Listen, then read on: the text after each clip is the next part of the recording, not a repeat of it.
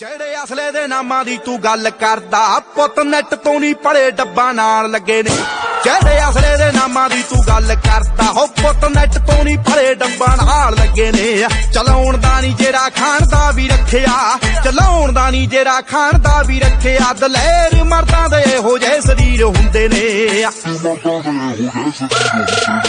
ਜੋ ਜੁਰਤਾਂ ਨਾ ਅੰਬਰਾਂ ਦੀ ਹਿੱਕ ਪਾਰ ਦੇ, ਛੋਟਿਆ ਲਫਾਫੇ ਨਹੀਂ ਉਹ ਤੀਰ ਹੁੰਦੇ ਨੇ।